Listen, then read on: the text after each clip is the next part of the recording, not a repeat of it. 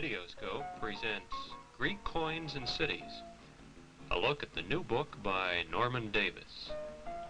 Here now is the host, P.J. Doyle. Hello. You know, I walked into the Seattle Art Museum and I saw a collection of coins. Let's say I recognized a collection as a collection of coins and passed on and looked at some Etruscan pottery and some Greek pottery. And as I was leaving, someone I know there said, "There is a new book. It's on this coin collection. Would you be interested?" And I thought, of course, but I didn't really know. And I looked at the book, and then I went back and looked at the coins again, and I started to see them instead of just recognize them.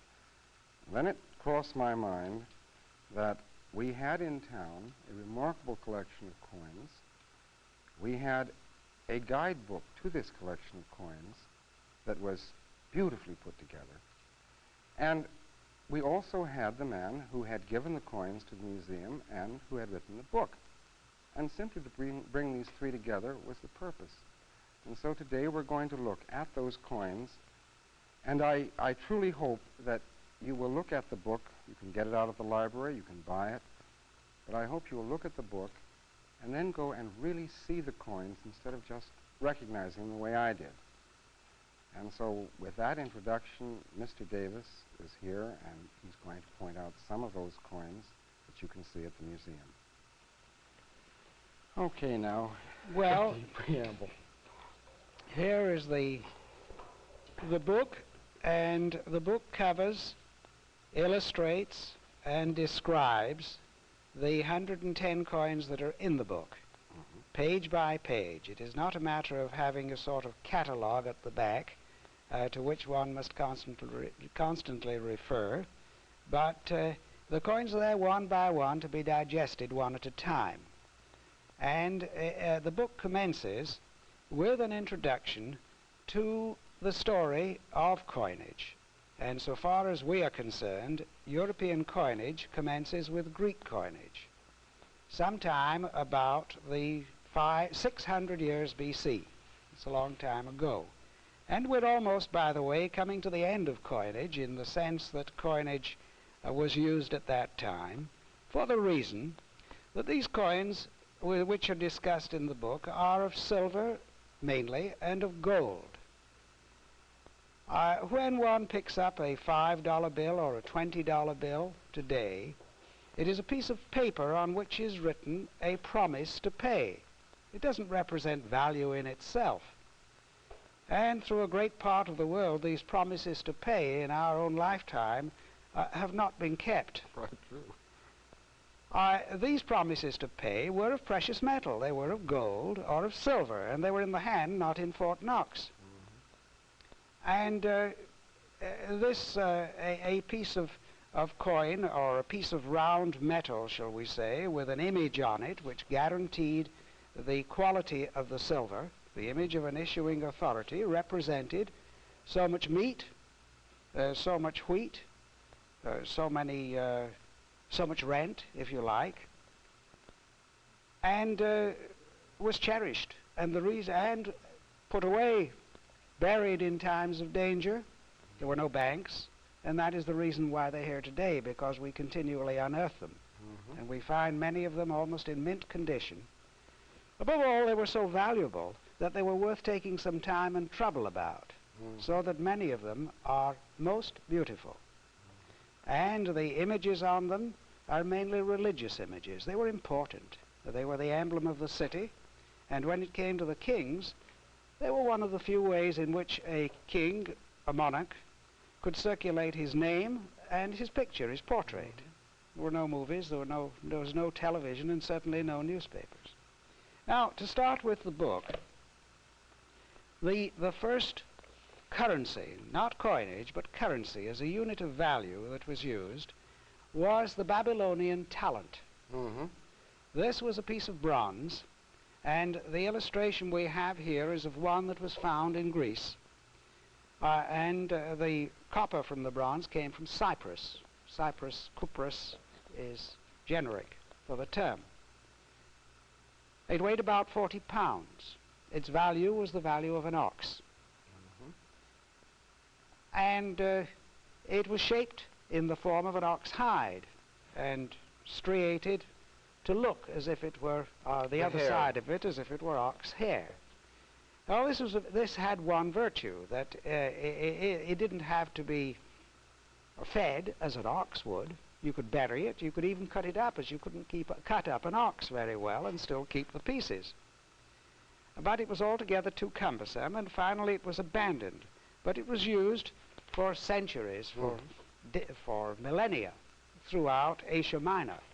And there is This is the talent spoken of in the Bible. These are the talents one should not bury. Thank you very much. Now then, I've gone a little too quickly. In Greece, a unit of currency after the talent was abandoned, or certainly which was small enough to be used as currency, something less than the value of an ox, was the drachma, which was an iron spit. It was about the size and thickness of the skewer on which you put shish kebab. And it's a fact that in those days they didn't cook meat, they would broil small pieces over the fire. And this was what they were used for. Now, 6 of those would be a graspful. The Greeks had smaller hands than we have. And these 6 came to be a unit of value, not a coin, but currency in that sense. And 6 of them were a drachma, or a handful of coins. Now, parallel or a little later than this time, these were found in the Peloponnese in southern Greece. Over in Asia Minor, gold was being used as a measurement of value, not again as currency but not as coin, and small rings of gold and small lumps of gold of a given weight, an agreed weight which was a fraction of the weight of the Babylonian talent. That was a weight factor, were in common use. And finally some merchants. Now, the point about this common use was that every time you took one, you had to weigh it, and you had to see if you could estimate how pure the silver was or how pure the gold was.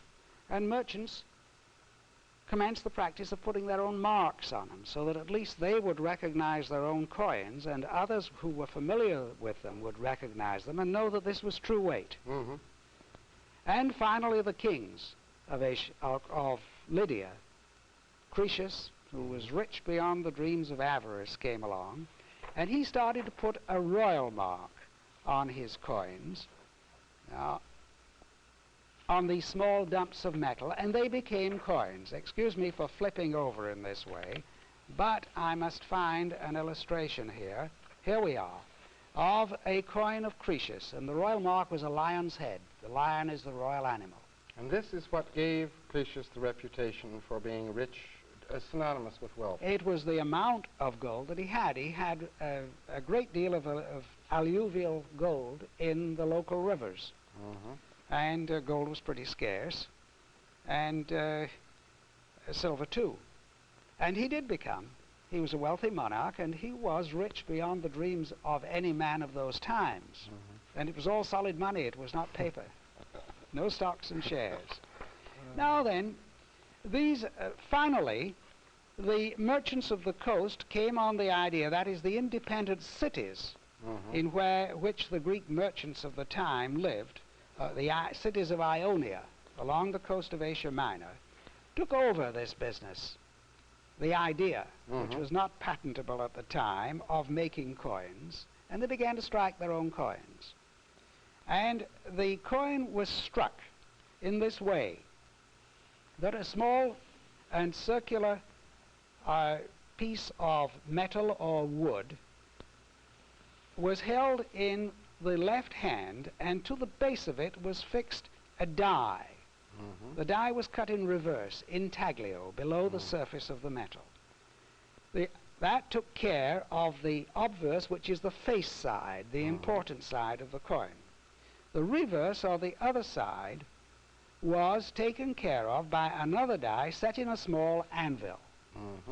A piece of metal was cut from a rod, perhaps, of silver or of gold, to a desired weight, and carefully checked that it did meet the weight standard. Then it was heated so as to become malleable, placed on top of this lower die on the anvil, then The upper die was held over it, and it was hit 2 or 3 times with a hammer, and thus you have a coin.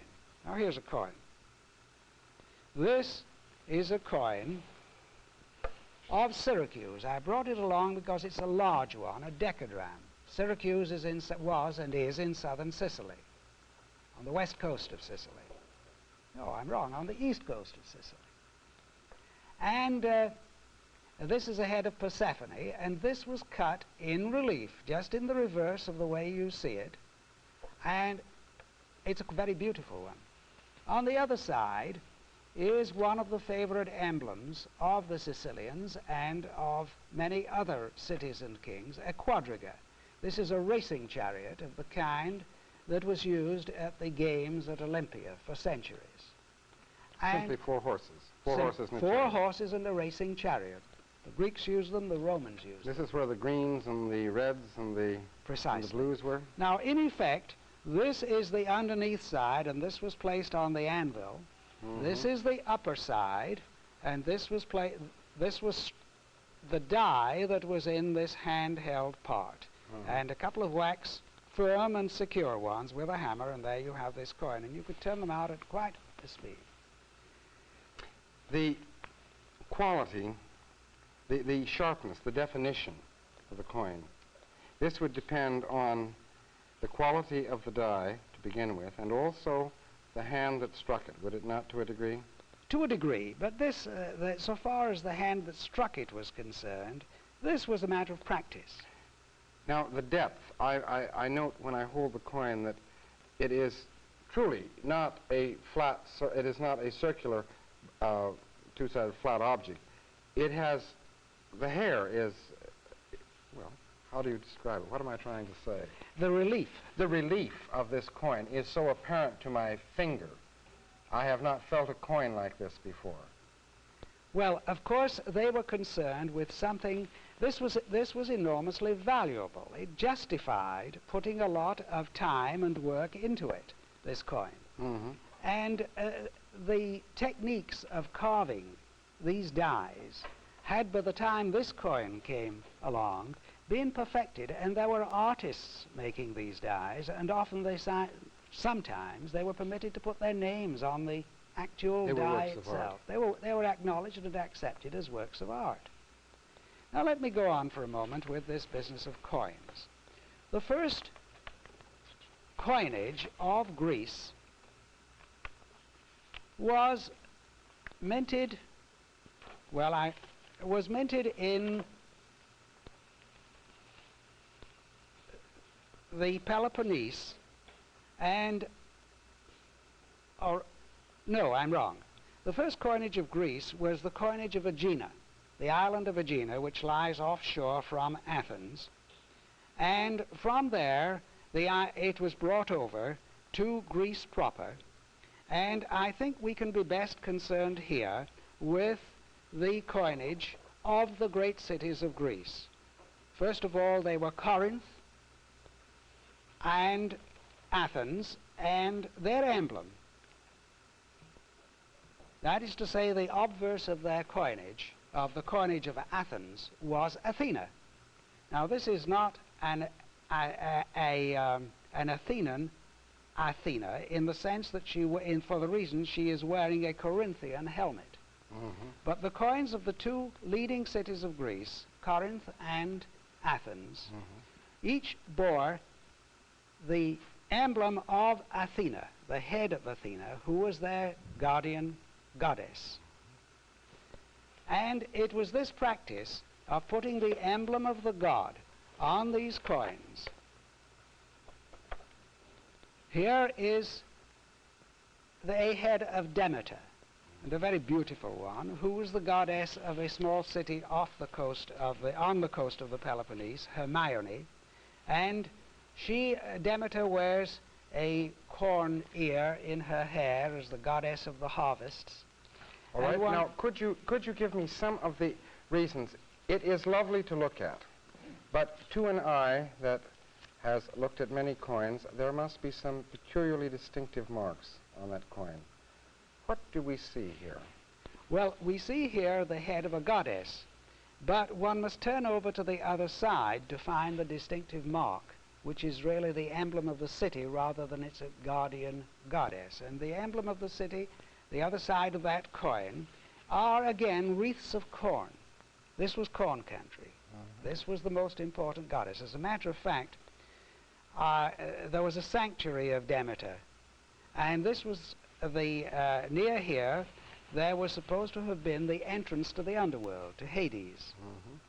And but it was so close to Hermione that the usual custom of putting a coin under the tongue of the corpse to pay his way across the ferry, across the Styx on the ferry, was not necessary here. The distance was too short.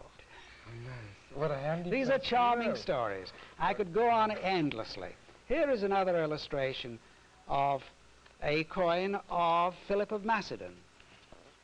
This is a head of Zeus. Zeus was the great divinity of Olympia, and if one wanted to invoke the name of all Greece and of all the Greek world, as Philip certainly did, in what better way than their god? Than their god. Here is one of Poseidon, another one. That is a very handsome one. Poseidon is shown here with his spear. Now, in the museum at Athens, there is a recently found full 6-foot-high bronze statue of Poseidon with his arm upraised in the same posture, with this trident in his hand, throwing it. God of the seas, and so on. Now here, I'm skipping along fairly quickly because it's impossible to get along and cover everything in the book. Here we have a head of Alexander of Macedon, Alexander the Great, the conqueror of Asia, the creator of the Hellenistic world, one of the most extraordinary human beings who ever existed, of whom we have record, in the sense that at one and the same time he was an idealist. He had the first general conception of a universal world and of a universality of mankind. He wanted to marry Greek culture and Greek civilization to Persian and Oriental, so far as he knew Oriental civilization, to break away from the Greek conception of the independent city-state and to make a world state. He died too young, at age 33, but he had created something, parts of which still remain. Here is another and very handsome head of Poseidon. I'm merely showing coins here to give you some idea of how varied the whole conception of behind these coins has been. Here is the lyre of Apollo. There is in the museum Seattle Art Museum, a recent edition in the form of a hydria, a water jar, which shows Orpheus with his lyre. Being waited on, and behind him on one side there is Artemis, and on the other side there is the figure of Dionysius. But he was vastly subsidiary to Apollo, and Apollo, who was the god of the second great sacred city of the Greeks, of Delphi, and the remains of whose great temple are to be seen there. But the lyre of Apollo is something that men have sung about and sung on for the centuries. Here is Dionysius with vine leaves in his hair, and it's a very handsome picture. All right, now stop on that one, Mr. Davis. Dionysius, there are many coins that you might have acquired with the head of Dionysius. Why did this particular coin? Was it the artistic, was it the aesthetic element to this particular coin? Was it to fill a gap? What? Well, let me go. I should have explained this earlier. My initial aim in putting this collection together was to make it representative both in as narrow a sense as one could, because the quantity of Greek coinage is enormous. There are literally hundreds and hundreds, something like 1,500 cities and more struck coinage, and this is impossible to show or to describe in one small book. My thought was to pick up coins that would be representative of various areas and various concepts that are embodied in the coinage and in the mythology of Greece. This coin comes from the coast of Thrace, actually, but it happens to be a particularly charming coin. Now that is the element. When you say charming, you find it charming. The viewer may find it charming. What is the element of that charm in that coin? Can you possibly get close to it? Oh, the date of this coin is 148 BC. By that time, Greece had moved into the Hellenistic world, where freedom and naturalness had replaced the rather stiff archaism of early Greek art. People wanted movement, freedom. This is free. And one can think of the artist here not copying or modeling in terms of a god in a temple, but finding some particularly handsome young man and putting some vine leaves on his hair and say, now you'll do for Dionysius, and I'm going to use you as a model. In other words, this was a departure from the ideal of the early Greeks to the familiar of the Hellenistic world, the human. And this human quality is what you note on this picture. On this picture, yes. It is an individual rather than a stylized figure of a god. Precisely. All right. I'm sorry to have stopped you with not that. at Go all. ahead. Now, here again is another illustration of this humanization of which I was speaking. This is a figure of Cybele, and it was on a coin, and it was issued by the city of Smyrna, that is modern Izmir, in Asia Minor. And I should interpolate here by saying that there was an enormous and vigorous Greek life in the cities of Ionia, long before Athens was of any particular importance. The great cities of the coast of Ionia provided much of the early philosophy and science and scientific thinking of the early Greeks. She wears a turreted crown as a goddess of cities. That is it looks like the battlements of a tower or the city walls. And again, this is an extremely handsome coin. She looks no longer Greek wholly. She's half Greek, and there's a little of the Oriental there. The lips are more full. It's a dramatic picture of a goddess, and she is pictured generally in the temples there as having with her a leopard or a lion by a leash on either side. She's moved a long way from the Greeks, from the ancient Greeks. But here is another coin that to me is perhaps the most romantic of all. This is a coin of Athena which was issued by Ilium, Troy. And in this one, very differently from most of the pictures or the coins which show Athena, or the figures of Athena, she's shown here with a distaff, spinning as the goddess of the household and the household arts. She was many things to many people. Another aspect of the goddess. Another aspect of the goddess. Here is the Amazon Kyme. Now, pardon me, sir. There's a favor I want you to do for me. As a dealer in books, I am fascinated that you have on this side of the page the large reproduction of the face. And here, without turning the page, so when you're looking at the object in the museum, you have both obverse, reverse, description, and this open in front. This is really a... Yes, it does help. This is the format of this book, to some extent, it is the work of Neil Meitzler, who designed it, and who is a local artist and a very good one.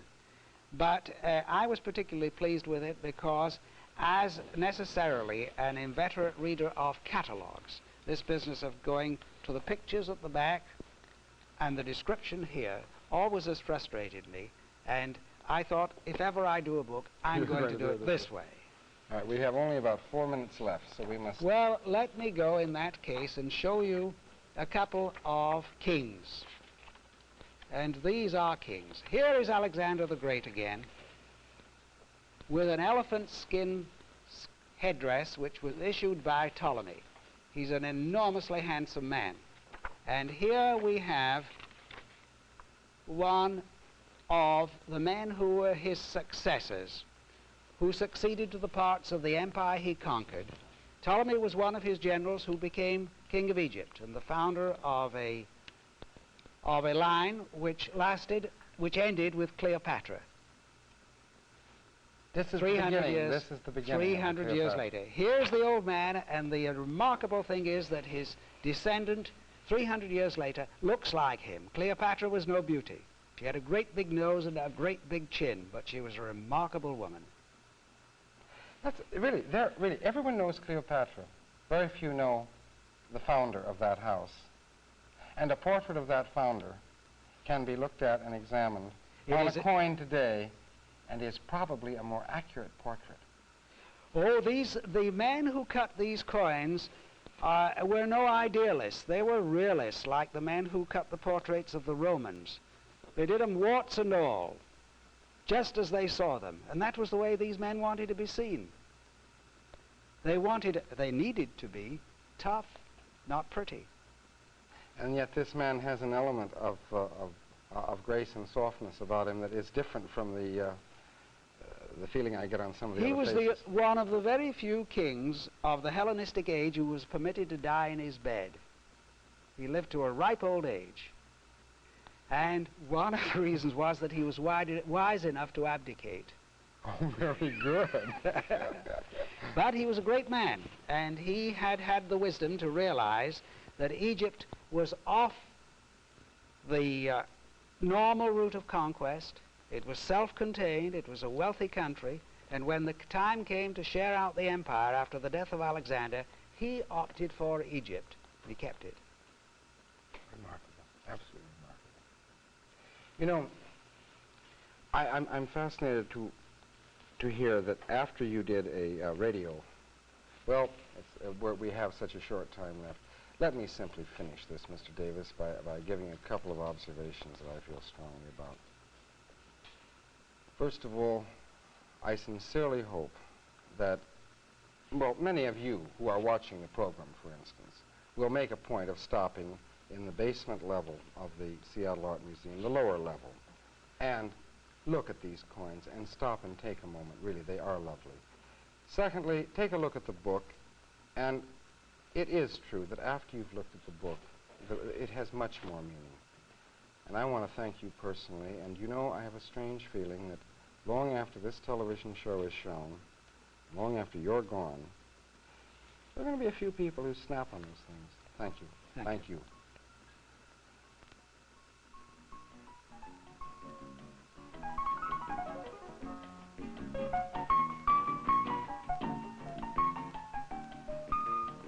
The host, P.J. Doyle, has been visiting with Norman Davis, discussing Mr. Davis's new book, Greek Coins and Cities. Videoscope is Channel 9's weekly program of entertainment and information about the arts. In the weeks to come, join us for exhibits for television from the Seattle Art Museum, concerts by the Seattle Youth Symphony, and interviews with other Northwest authors.